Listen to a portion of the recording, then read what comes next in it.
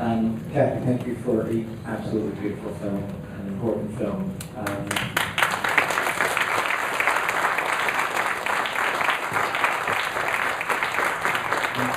sure this is notes. It's not an easy conversation on any of the sides, both the viewers and the participants in the film.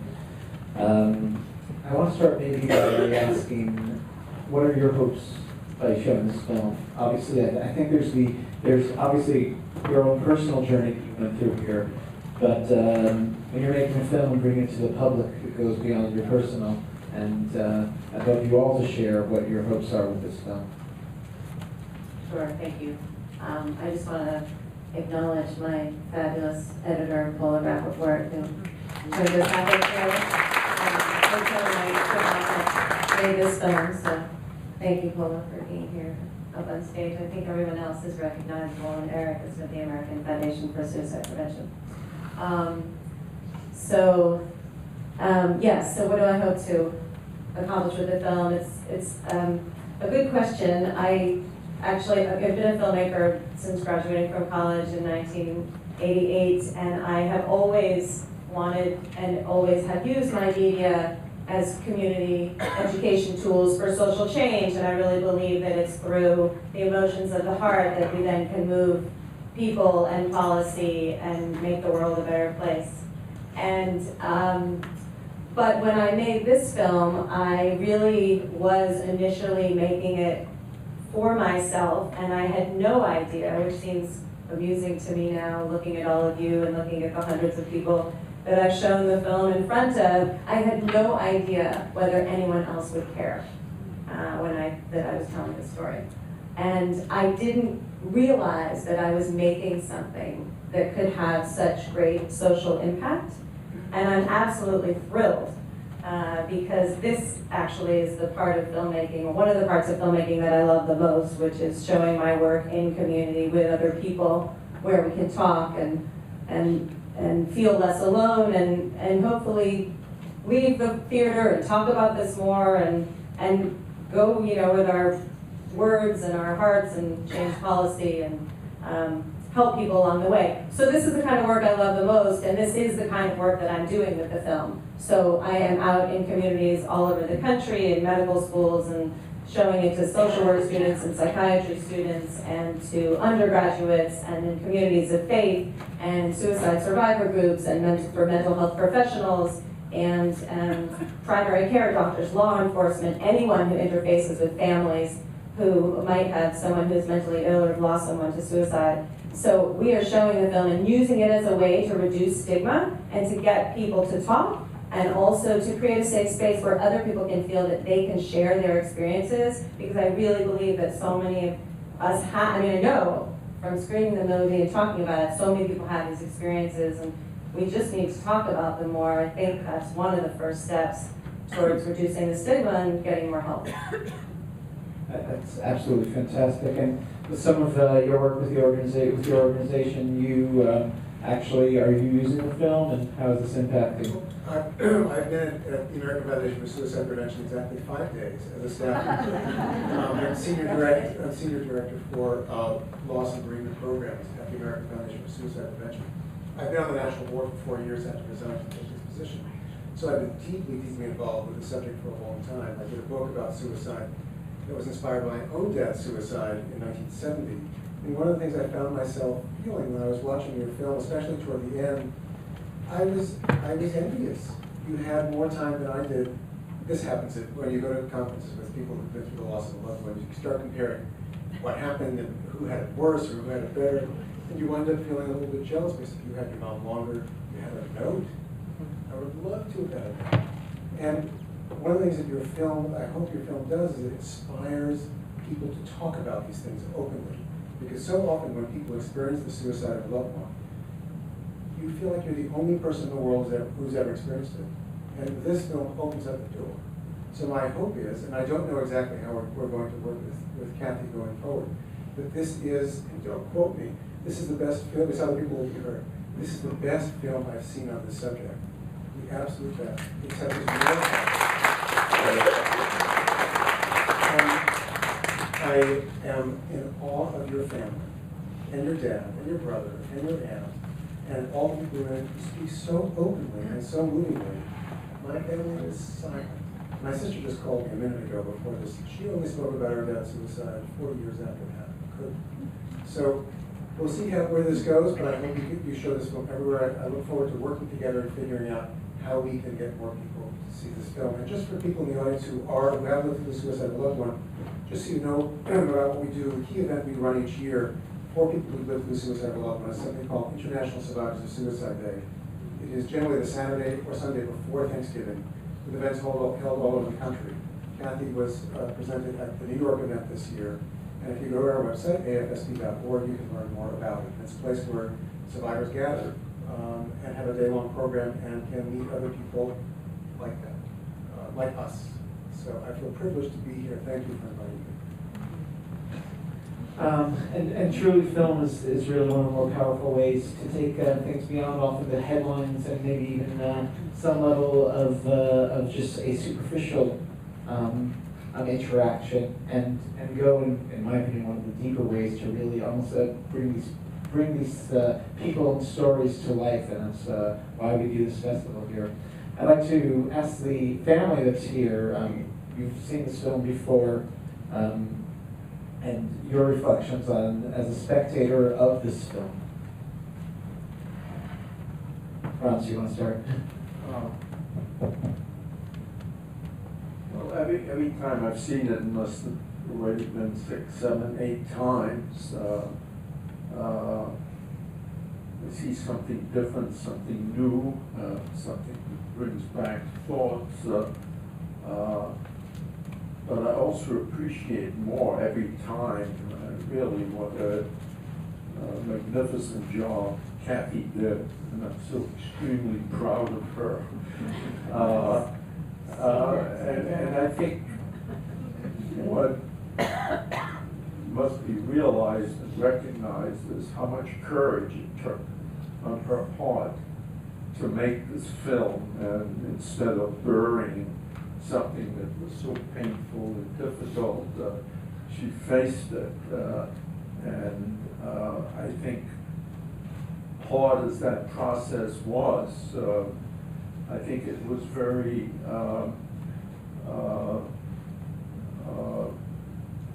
positive for her, and her ability now to speak about it and to make it a social cause, to bring suicide out of the stigma, I think it's just a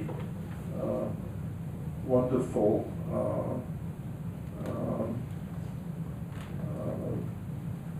result of something that was so painful and difficult, and I'm just extremely proud of her for having done this.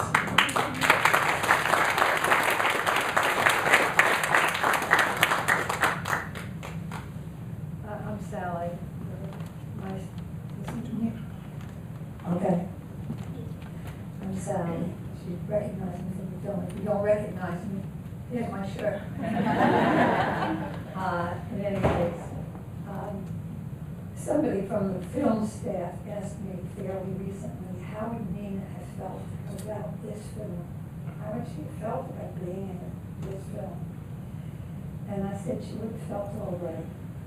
There are many truths that don't all come through here. We all know the story somewhat differently, and ours film isn't going to tell you everything. But we all understand a certain kind of truth that does come through, and wonderful. No. But I think we would have been very pleased to have had this film and to be in this film. It's interesting when you think about it that she made all those tapes and all those. She talked to herself all the time, and her writings were. It's not that she necessarily thought it was all going to be splashed somewhere, but it was important for her to understand her situation in a way which was a communicating way. And she was somebody who wanted change And one thing I would say, if you deal with people or you are somebody who's personally affected, don't hesitate to get involved. Nina had been active in her support group for a long time. And she asked me if I wanted to come, and I sort of backed off. I only went for the first time after her death. And it was a very shaking experience because to the people in her group, she was a star. She still had medical coverage. She still was in a marriage.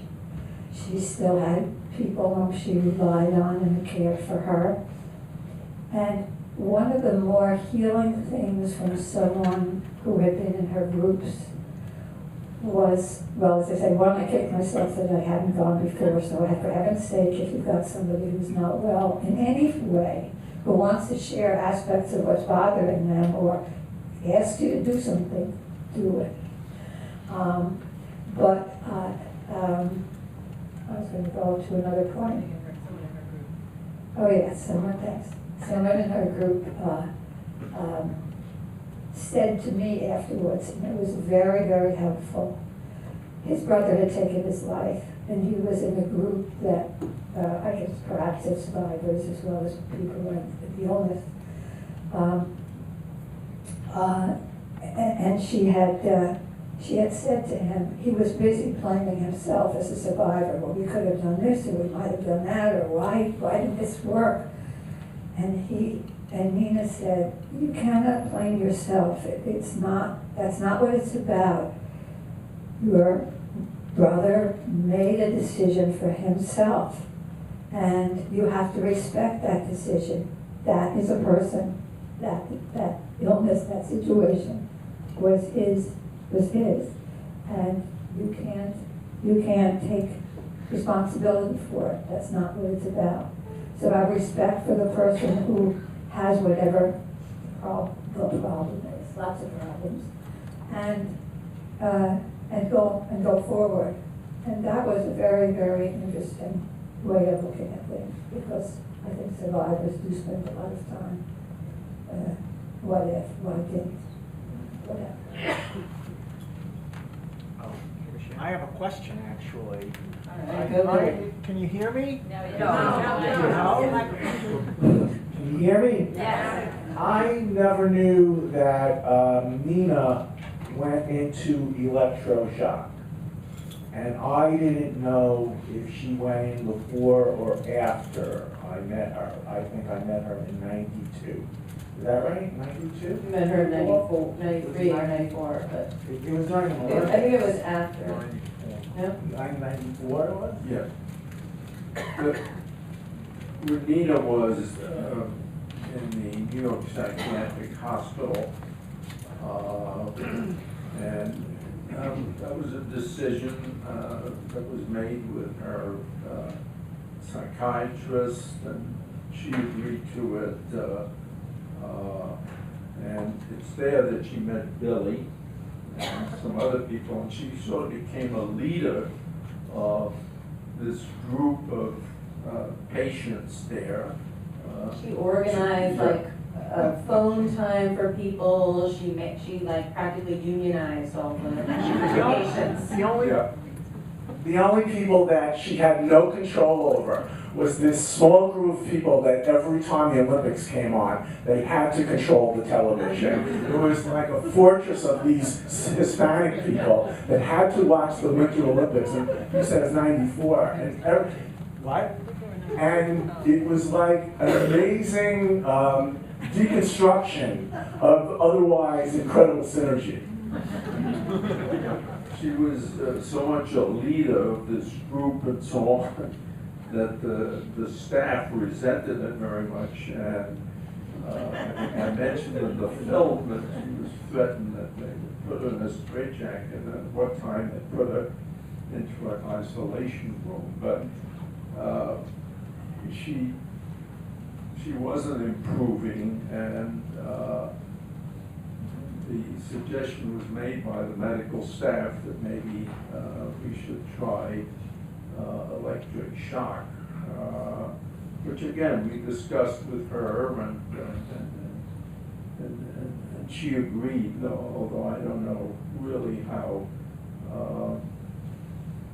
able she was really to consider it and face up to it. But she had electric shock, and I don't think it really affected her in any positive way.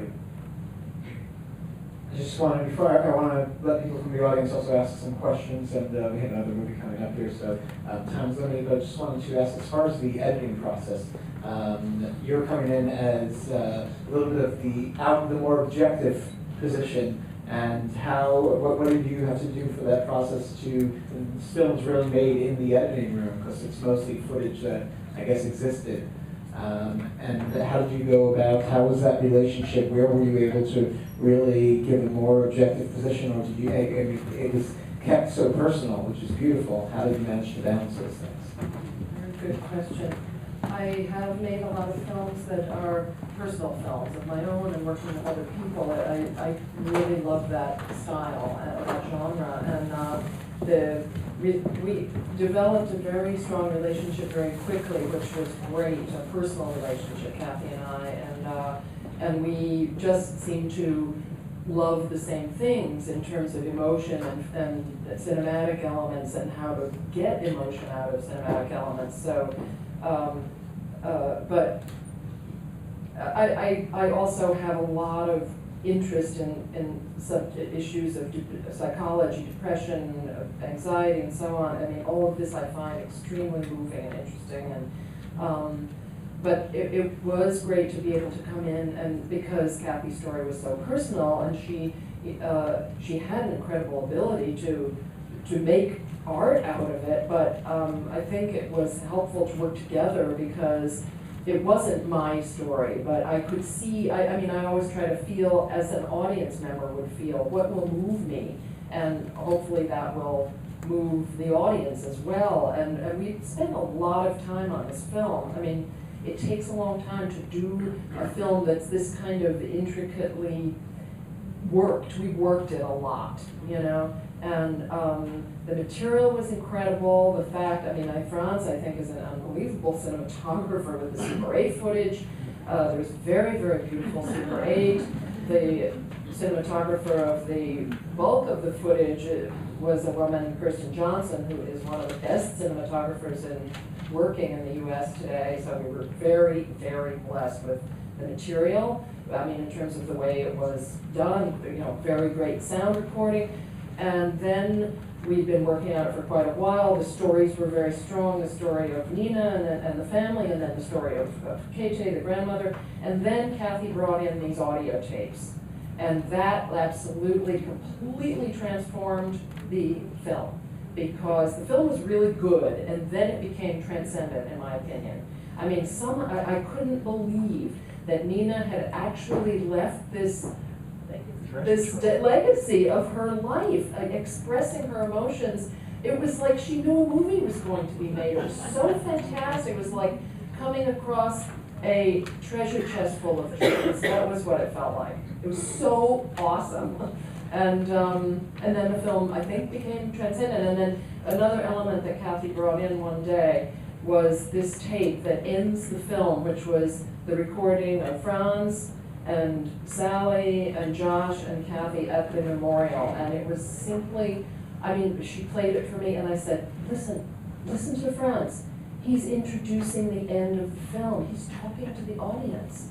He's taking somehow in the speech that he made to the people that were there at the memorial, it suddenly becomes so much bigger. And he's talking not only to the people that were there that day, but to the entire audience of this film that is worldwide. It was really fantastic. I just got shivers hearing that stuff. Franz introduces it, Josh and Kathy bare their hearts there, and Sally just wraps it up. It was really incredible material.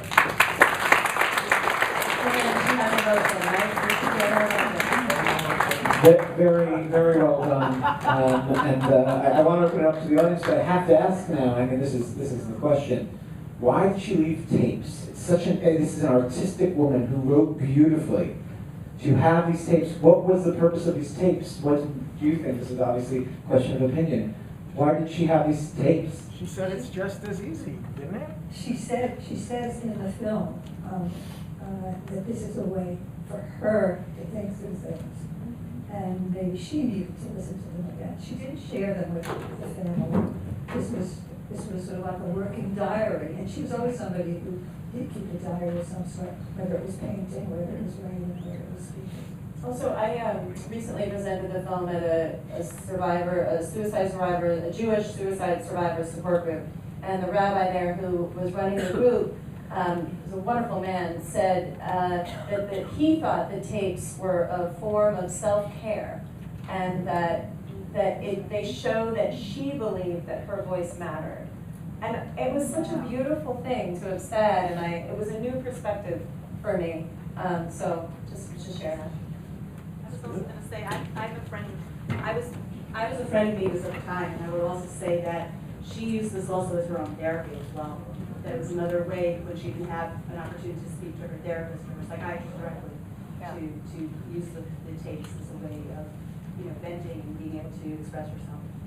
I will say one thing regarding the tapes. The tapes actually were from a pretty limited number of months, right? They covered several months, but somehow we were able to work with them to have it seem as though they covered many years, the years over the film is covering. So that wasn't really the case. Any questions? I'm wondering, might there be any more effective medication today to have helped or controlled her depression or mania? Would you know? Good question. I mean, you may know more than, how many years ago it was 18. So it's coming on 20 years. I'm happy to comment unless you, Sorry? I'm happy to comment unless you'd like to comment. Go ahead. The drugs have all changed, but it's not. My niece inherited her grandfather's bipolar disorder, and while there are more drugs to choose from, drugs all have side effects. They all interact differently. She has to monitor her case, her own case very carefully. She's studying to be a psychiatric nurse. So there is more hope for people today than 20 years ago, and more than 40 years ago when my dad died, 44 years ago.